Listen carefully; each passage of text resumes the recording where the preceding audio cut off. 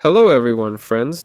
Today I'll show you how to log into your Epic Games account without verification.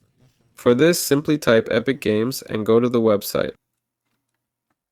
Let's say when logging in, you want to access without verification. To log in without verification, use any of these methods. Don't just enter your email and phone number with password. Use any service linked to your account. If that doesn't help, click Login Problems and recover your account. If that doesn't work, then you need to create a ticket. Scroll to the bottom of the site or just search for Support Ticket.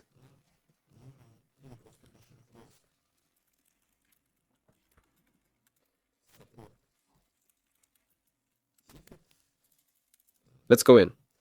How can we help? Let's proceed. Here we write that you can't log into your account without verification.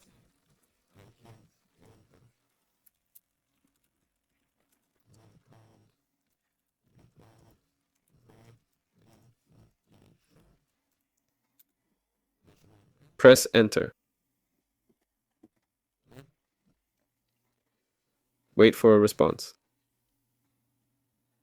Here we'll get the answer on how to log into the account without verification. Right? If this doesn't help, click Passport Security and do what I mentioned before. That's it for today. Goodbye, everyone.